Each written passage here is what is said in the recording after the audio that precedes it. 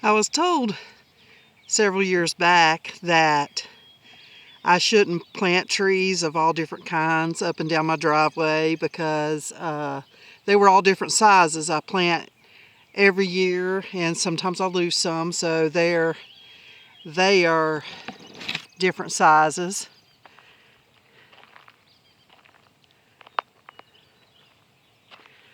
But look at them now. And they're still all different sizes, and they're still all different kinds. But here's what they are today. They're beautiful.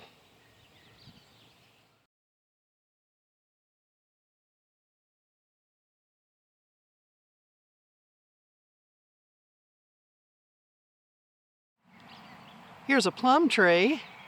She was gorgeous when it was her time and had all those pink blooms.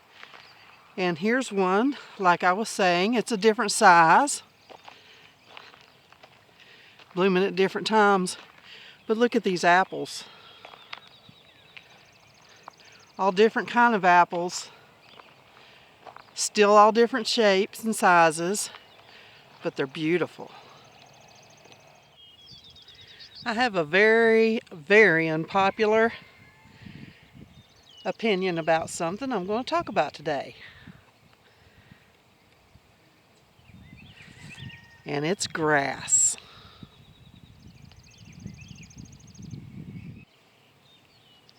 This is not a video for anyone that lives in an HOA or is really interested in keeping their yards looking like a golf course. This is for people, hold on, can you hear them? This tree is just full of bees.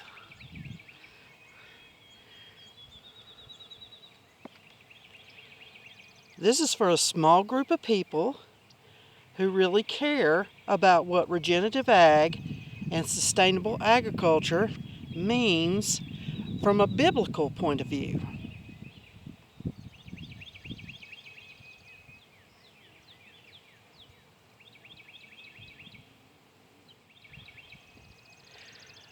My thoughts are the less I can cut and be socially acceptable, which I'm not. I'm the last person in the neighborhood who cuts my yard. Everybody else has cut theirs about 4 times by this time of year. It's almost mid-April. But the less I can cut it and make a friendly environment for birds and pollinators, plus the added benefit of not running mowers that are put much more pollution into the air than a regular car, that's what I want to do. We only have 5 acres of land here, and it's very, very busy. There's tractors and stuff everywhere. So I try to keep it as neat as possible, but sometimes I get overwhelmed with it. And this is the time of year I'm really cleaning up. So what I'm showing you now is where our sorghum is going to go this year. This was planted with clover. And the good thing about this clover is, besides being a nitrogen fixer, it has spread into the yard.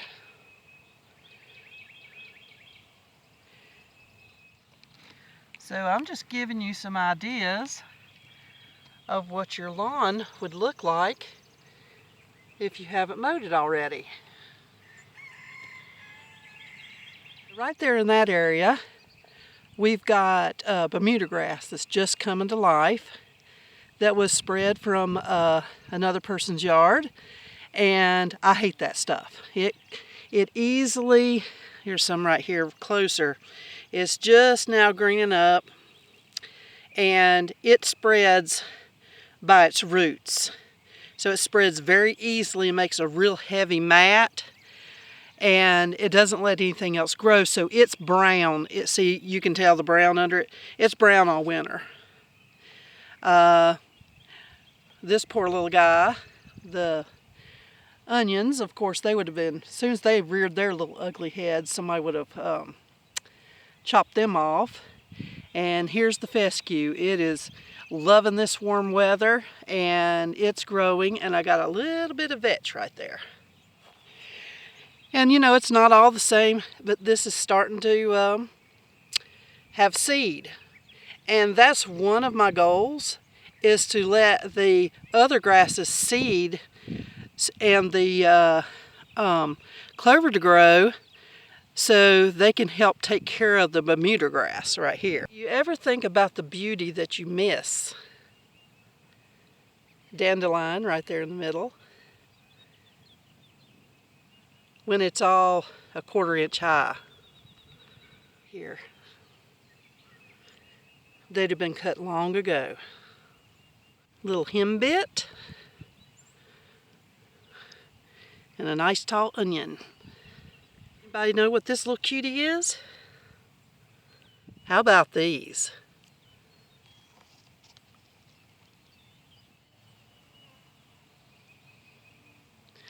Now from this perspective, this is our hay field. It's got some manure put out on it, and part of it will be a vine garden. The yard just rolls right into it. Now when we start cutting it, you'll see a definite division, because we'll of course let this continue to grow, and we will cut the yard. So this is what your yard might look like if you give a few thoughts of, look at these little beauties.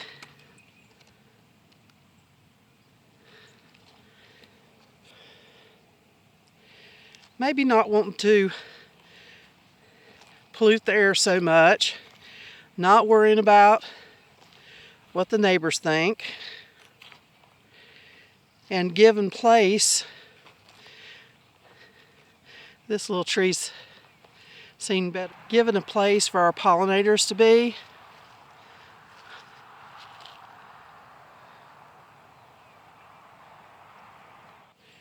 I'm just one of those weird people that it's important to.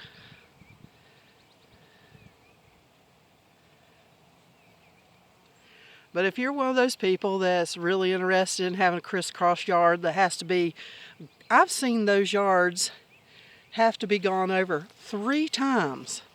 Are you kidding me? I just look at that as vanity, and I guess it's like caring more about what others think than the management and the care that you're supposed to take over your property. I'm not saying I do everything right. That's not what I mean at all. It's just something to ponder, something to think about, something to pray about. How important is it? You see this awful thing? I have been wanting to get rid of it for about 2 years. It is a muscadine vine, and it produces nothing. It will have two muscadines or 3 muscadines on it. But the problem is I was going to cut it down this winter when it was dormant. And guess what? It was full of cardinals. They love this thing. Love it. It's full of briars and everything else. And now it's full of other nesting birds. So it's going to stay one more summer before the cardinals get here. And right across the driveway, I have a very unmanicured grapevine that I've been putting under the ground to grow new plants, and I'll take the old one over there down, and this one it's just prolific with muscadines, and I will move some of it across the driveway, and then the birds will have plenty of place to live. Oh, here's something else you might miss when you mow. or especially if you weed eat.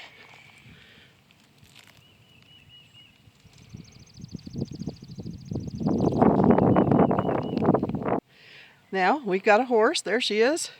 And she is mad. Now, she's already had breakfast and plenty of hay out there.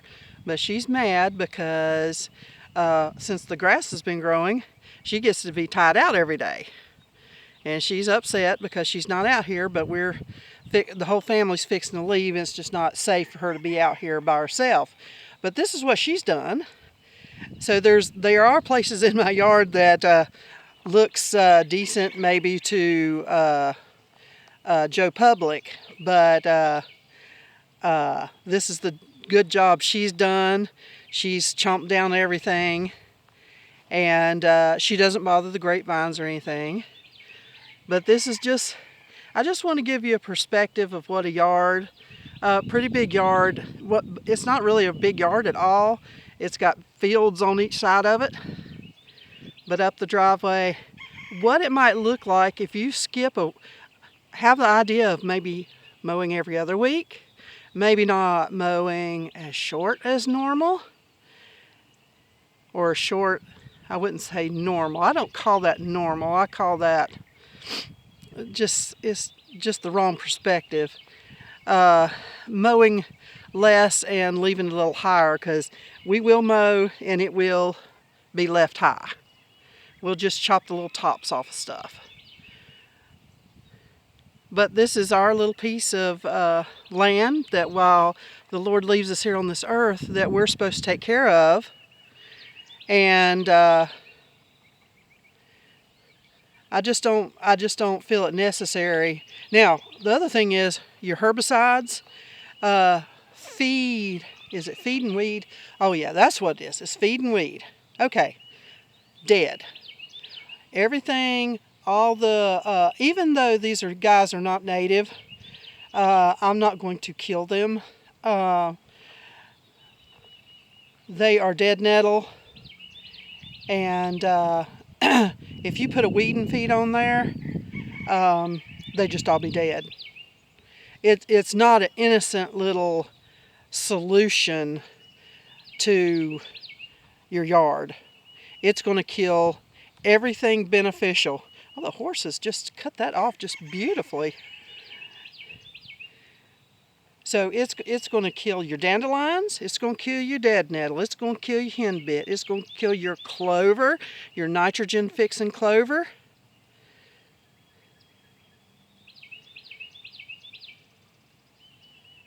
Here's another place right beside the garden. And yeah, it's starting. Look at that plantain right there in the middle. Okay, weed and feed. It's a herbicide. Dead. That very beneficial plant right there would be dead. All the henbit and dead nettle would be gone. And you'd more or less just have dirt left. There's not a whole lot of grass coming up except there's fescue right there. It's loving the manure and compost that's in that. And then people wonder why they have naked spots in their yards. Well, if you've done a weed and feed, it benefited that clump right there, but all your other stuff it killed. And it will probably take years for it to come back. We got the yard. We've got the garden all composted. Just got that done last week, and so we're fixing to work that all in and start planting. And right here is your yearly reminder about, hey, this was my garden. This is where I had my tomato plants. A farmer gave me a whole bunch of square bells that his horses would not eat. And unbeknownst to me, it was sprayed with an herbicide that doesn't kill grass, but it kills broadleaf plants. So, of course, it killed like 100 plants of tomatoes. That was 5 or 6 years ago. And there's the ground it left. You cannot tell me. No one can convince me. I leave this here as a reminder. You can't tell me this is what God wants. This is cracked earth. We had rain yesterday. The earth is cracked. I leave it here for an example because I like to remind myself and others it killed everything. It was so laden, that hay was so laden with herbicide, it killed everything, broadleaf and regular grass right there. And you're feeding that to your animals. Hey, it's okay to give them a few little weeds. It's absolutely okay. It's better for them to have weeds or letting them eat poison.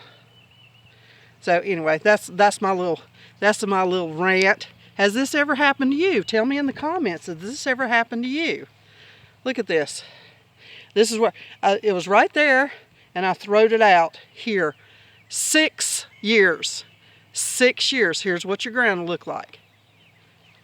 It's amazing. I still have trouble, a little bit of trouble in the garden, but I add heavy compost to it every year and have got it back up to where it'll grow things.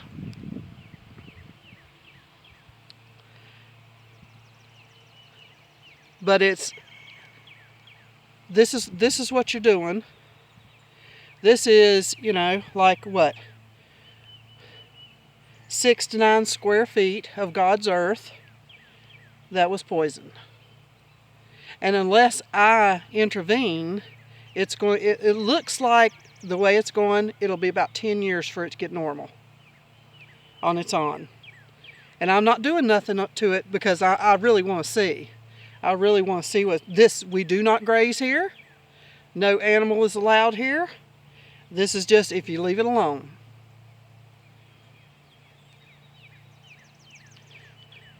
So anyway, that's my little view on the yard, and I guess we mow maybe 5 or 6 times during the year. Do we have snake problems? No. We live right here in smack dab in the middle of the country. Even though we have all this equipment around here, there might be a snake under that hay bale. That's a good hay bale. That's going into the garden. It's our hay. And it happened to get wet.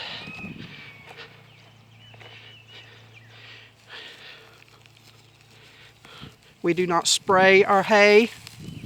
Look at that, mostly grass. But no, now a horse person wouldn't feed this to their horse. Now we're not feeding it because it got wet, and I wouldn't anybody. That's not what I mean. I'm meaning that it did not get sprayed with herbicide.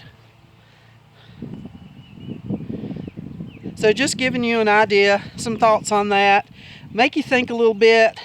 I know No Mow May is coming up. But, yeah, we probably won't mow in May either. We'll mow just before May, and just, we'll just see how the grass gets. I do have children coming here, and for school, so I am conscious of them, and I don't want them in waist-high weeds. And these are getting pretty high, like right here. But up here where it's mostly Bermuda grass, I don't have to worry about that as much. We got our beds cleaned out. That's what I'm doing now, is cleaning out beds. Now I think this is fescue. Okay, so I'm trying to get the fescue to grow instead of the Bermuda grass out there. But the horse has been grazing out there, so the Bermuda grass is pretty short. But this is how tall fescue, or whatever grass this is, has to get. That's over a foot tall to let its seeds out.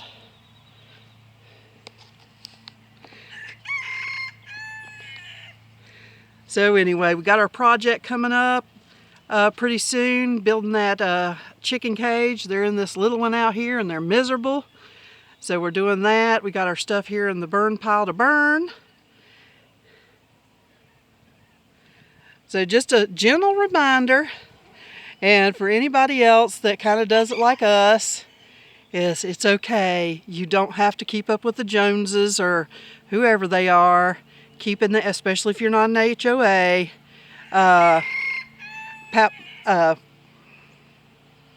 We got people that are just obsessed with it.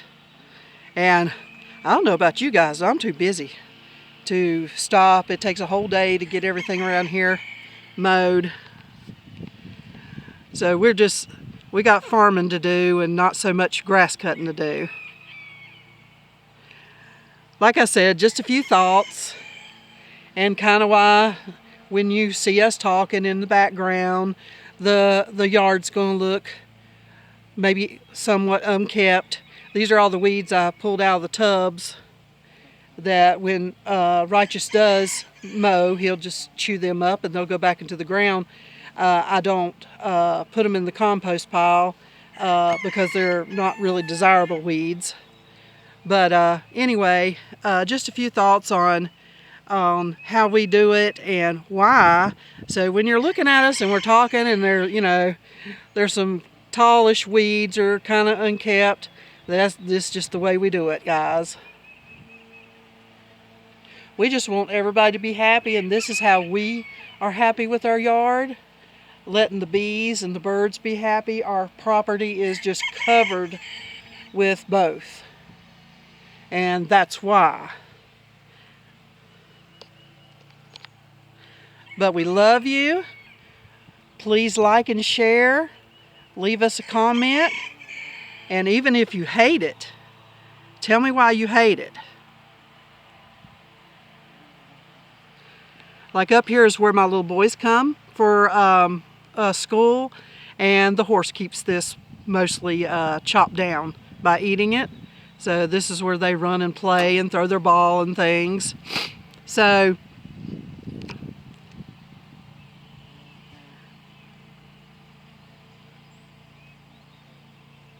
I just wanted to get you guys' thoughts on that. And is there anybody out here in the world besides us that do it like this, and for maybe the same reasons we do?